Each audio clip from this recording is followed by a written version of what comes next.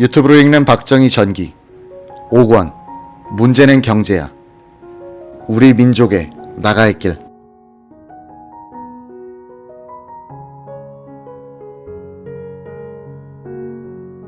화폐개혁을 이틀 앞둔 6월 7일 재무부는 은행감독원에서 검사역 13명을 뽑아 부산 부두로 보냈다. 이들은 장교로 위장했다. 그들은 정보부 요원들과 함께 군인들을 지휘하여 새 화폐를 교환 장소로 인도하는 책임을 졌다. 군인들에게는 이 안에 폭발물이 들어있으니 잘못 따르면 큰일 난다고 이야기를 해뒀다. 군인들은 상자를 들다가 코를 벌름거리면서 이상한 냄새가 난다. 화공약품이 터진 것이 아닌지 모르겠다면서 뛰어오곤 했다. 화폐 교환은 한국은행이 책임지고 교환소까지의 운반은 정보부와 군대가 맡았다. 보안은 완벽했다.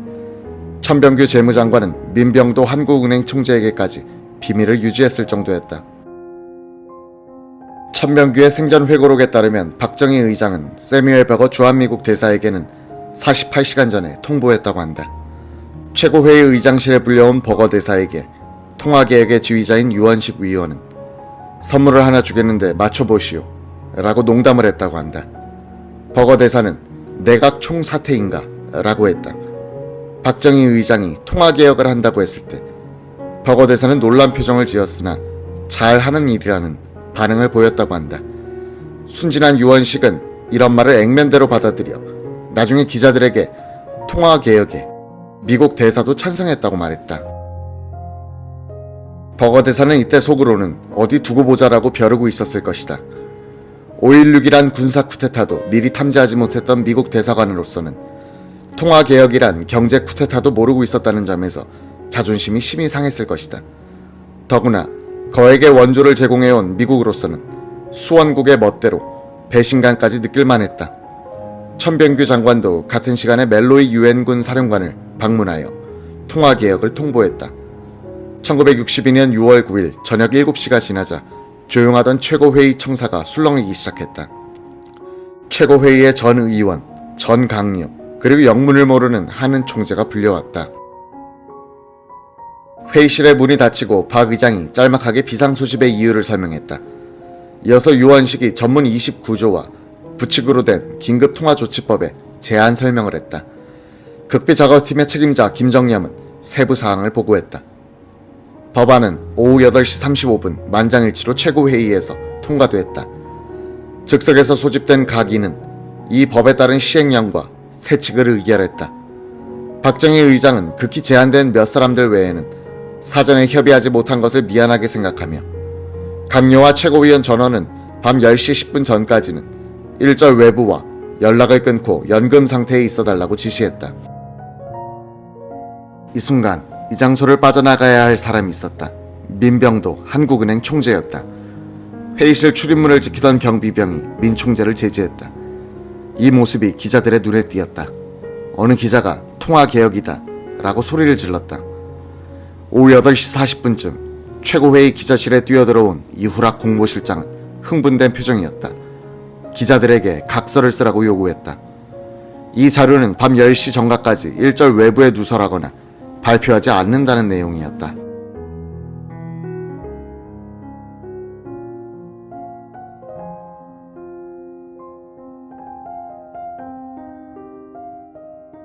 한편 한국은행에 당도한 민병도는 금융통화위원회를 소집하고 임직원들에게 비상을 걸었다. 통화계획에 관한 비밀계획을 수립해온 김정념은 문서 보따리를 총재에게 넘겨주었다.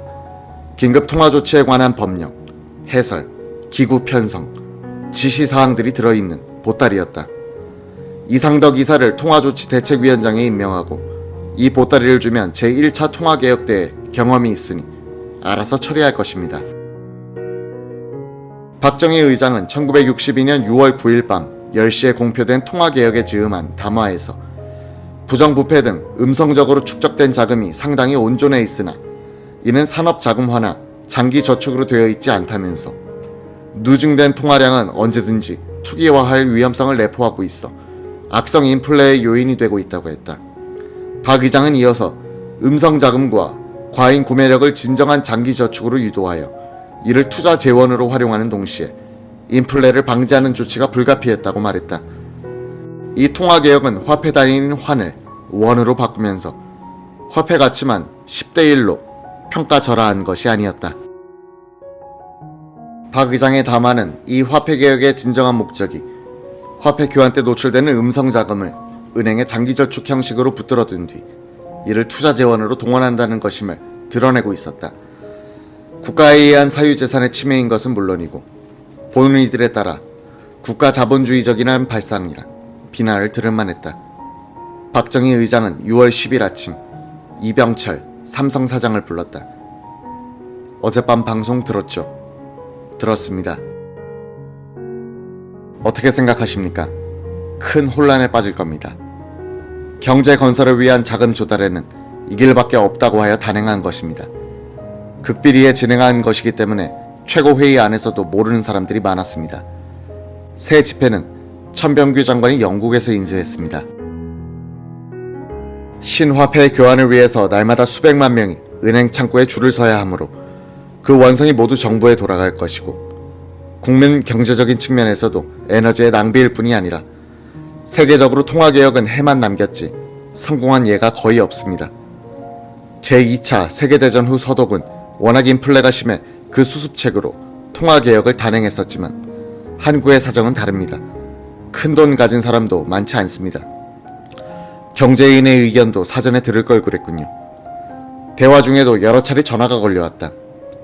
통화개혁에 대한 각계의 반응들인데 기대에 미치지 못한 것들 뿐이었다.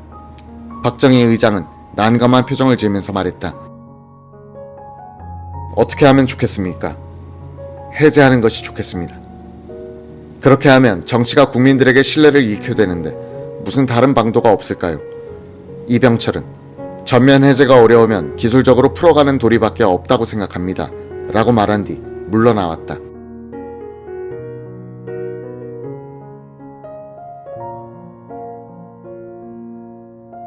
최근 비밀 등급에서 해제된 미국 외교문서를 보면 세뮤얼 버거 미국 대사는 1962년 6월 7일 박정희 의장으로부터 통화개혁에 대한 통보를 받은 바로 그날 아주 부정적인 보고를 국무부에 올렸음을 알 수 있다. 통화개혁은 부정축제에 대한 징벌적 처리의 성격을 갖고 있고 정부에 대한 기업의 신뢰를 떨어뜨릴 것이기 때문에 경제개발 5개년 계획에도 지장을 줄 것이다 는 분석이었다. 미 국무부의 인식도 같았다. 생산 공장에서 사업 자금을 상당 기간 빼내 동결시키는 것은 위험하고 기업인들에게 무거운 자본 과세를 하는 것으로 비춰 외자 도입에도 이로울 것이 없다는 시각이었다. 이미 때가 늦어 통화개혁을 중단시킬 수는 없으니 통화개혁의 규모를 축소시키고 동결 예금을 빨리 해제시키도록 하라는 것이 버거 대사에게 떨어진 워싱턴의 지침이었다. 6월 10일을 기해 단행된 통화개혁은 과격한 조치들을 담고 있었다. 당장 첫날부터 100환 이상의 구화폐 유통을 금지시켰다. 50환 이하의 소액 화폐는 7월 10일까지 신화폐와 병용하도록 했다. 경제생활에 큰 영향을 끼친 것은 금융기관의 예금 등 금전 채무의 지불을 6월 17일까지 전면 금지시키고 국권을 개입한 세대에 한해서 1인당 500원씩만 신권으로 바꿔주고 나머지는 강제 저축시킨 조치였다. 돈은 돌아야 하는데 그 유통을 일시적으로 정지시켰기 때문에 사회가 대혼란에 빠졌고 경제활동이 마비될 지경이었다. 6월 10일 한국은행에서는 한미간 대책회의가 열렸다. 세뮤얼 버거 주한미국 대사는 하비브 정치참사관, 파파노 경제참사관, 킬렌 유솜 처장, 유솜의 호이저 박사를 데리고 왔다. 한국 측에서는 유원식 최고회의 재경위원, 천병규 재무장관, 민병도 한은 총재, 통화개혁 준비팀의 실무 책임자 김정념이 참석했다. 버거 대사는 사전에 우리 쪽에 아무런 통보나 협의가 없었던 점은 유감이다. 그러나 통화개혁 조치에 비밀이 누설되지 않고 질서정연하게 조직적으로 진행되고 있는 점을 평가한다. 라고 했다. 유원식 의원은 보안을 위해서 그렇게 된 것이지 딴 뜻은 없었다면서 6월 16일부터 실시하게 될 긴급 통화 조치에 대해서는 미국 측과 충분히 협의하겠다고 약속했다. 버거 대사의 표정도 많이 풀어졌다. 이 자리에 있었던 김정념은 1953년 통화개혁을 할 때 참여한 경험에서 미국 원조 당국과의 사전 협의가 성공의 한 요인이었음을 잘 알고 있었다. 그래서 박정희 의장에게 통화개혁 계획을 보고할 때도 이 점을 강조했고 유원식 의원도 알았다고 긍정했는데 사태가 이렇게 된 데 대해 놀랐다고 한다.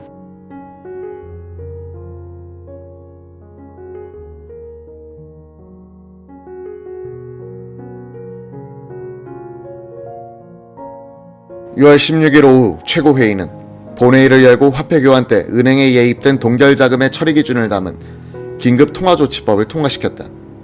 법은 통과됐지만 최고위원들은 사전에 아무 협의를 받지 못한 데 대해서 유원식에게 불만을 털어놓았다.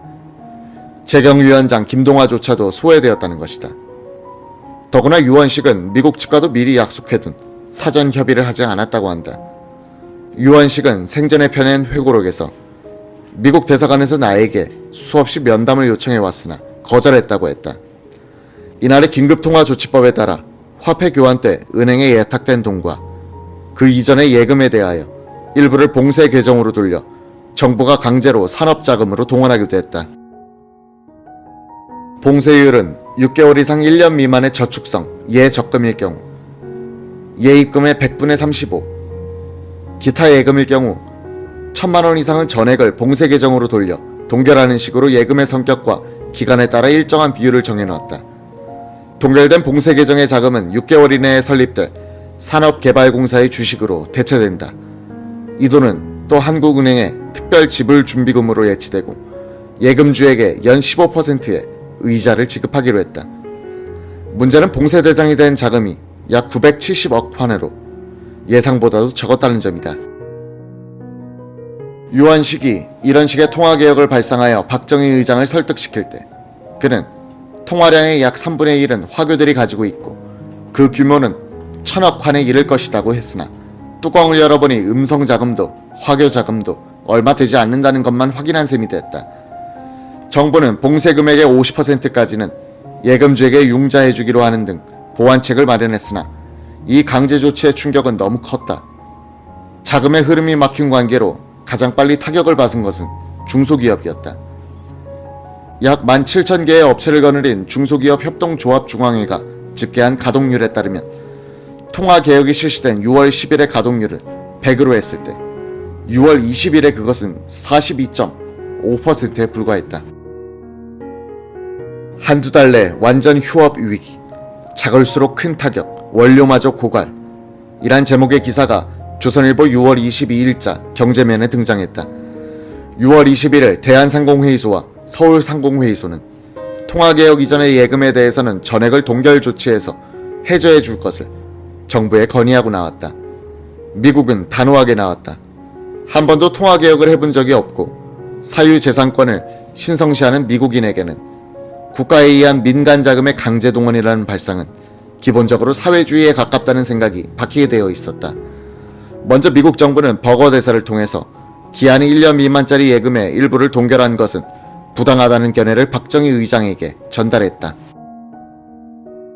김정남은 서독 통화개혁의 비슷한 사례를 정리하여 미국 측에 설명했으나 미국 측은 서독의 경우는 국제금융기관과의 긴밀한 협조를 바탕으로 이루어진 것이다 라면서 납득하지 않았다.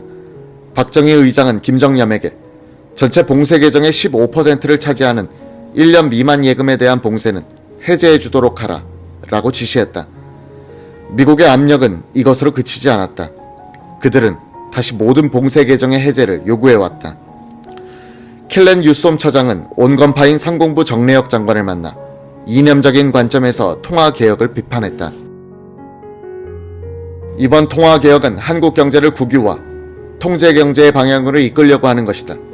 미국 정부는 자본주의 체제의 신뢰를 떨어뜨리는데 미국의 원조가 쓰이는 것을 좌시하지 않을 것이다. 기업의 생산 활동은 위축될 것이다.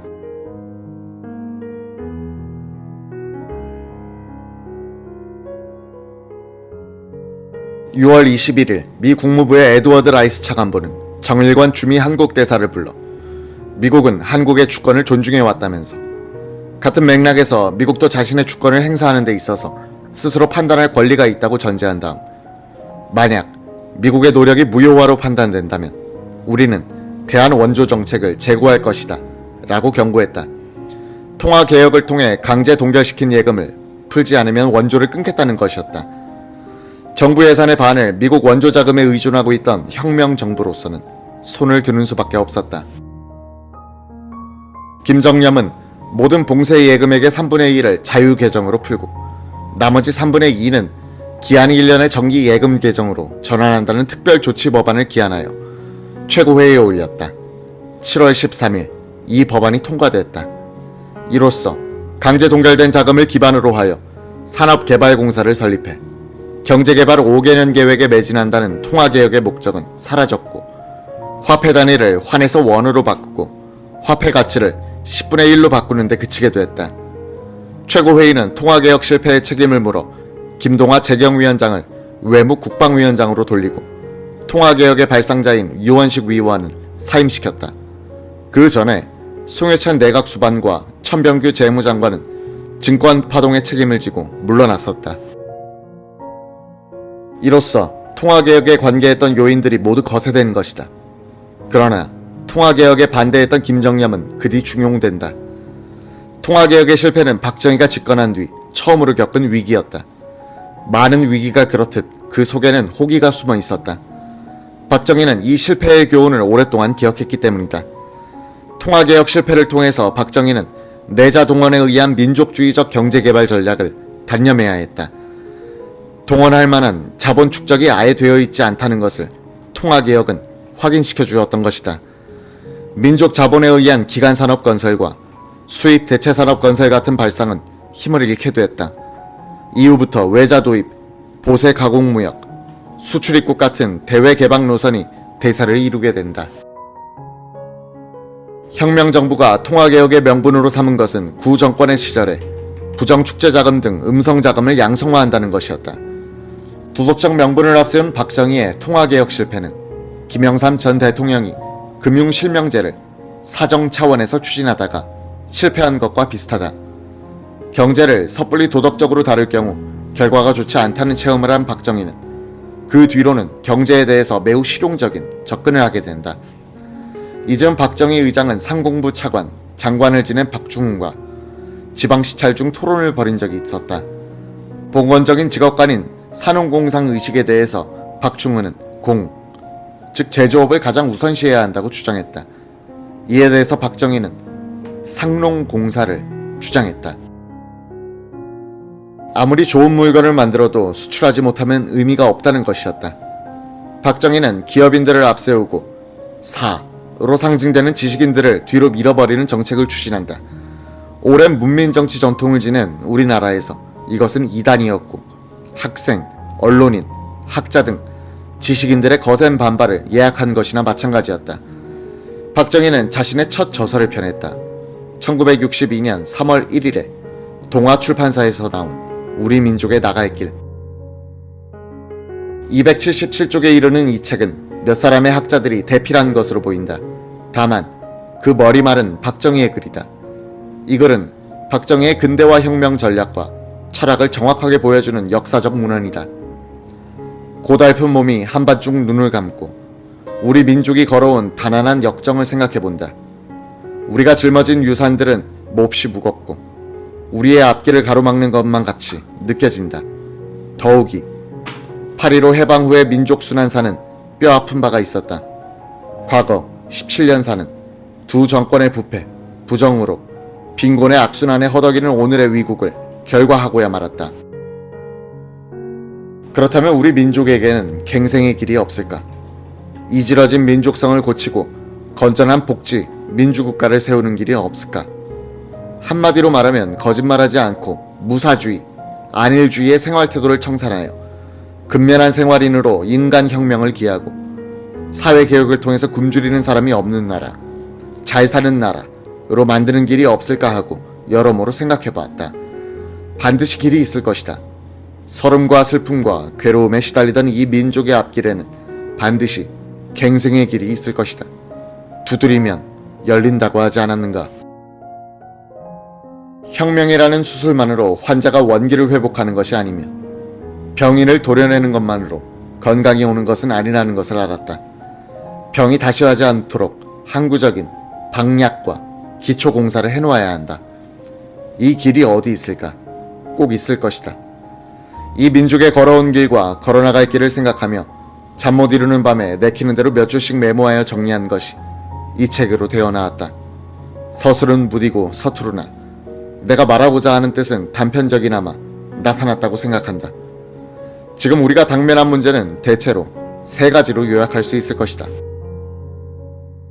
첫째로, 지난날 우리 민족 사상의 악유산을 반성하고 2조 당쟁사, 일제 식민지 노예 군성 등을 깨끗이 청산하여 건전한 국민도를 확립하는 일이다. 인간이 혁명되지 않고는 사회 재건은 불가능하다. 둘째로, 가난에서 해방돼야 한다. 특히 우리 농민들의 기나긴 빈곤의 역사를 종식시키고 덴마크와 같은 복지 농촌 재건을 위해 있는 힘을 경주해야 한다. 우리는 이해부터 제1차 경제개발 5개년 계획에 착수했다. 누적된 빈곤을 하나씩 추방하고 공업화된 근대 국가의 토대를 구축해야 한다. 자유사회의 존립을 위해서는 국민의 생존권을 옹호할 수 있는 경제 자립 없이는 불가능하다. 최대한의 자유, 최소한의 계획을 원칙으로 경제계획을 완수하여 한강변의 기적을 이룩해 놓는 것이 바로 승공의 길이다. 북한 집단은 무리한 경제발전을 강요하여 천리마 운동을 전개하고 있으나 이는 국민의 자유권을 침해하여 민주주의와 자유를 말살하는 악독한 처사가 아닐 수 없다. 우리는 진정한 경제발전이 민주주의적인 자유와 창발성 가운데서만이 가능하다고 생각한다. 중도 이패하는 토끼보다 꾸준히 밀고 나가는 거북이의 길을 택한다.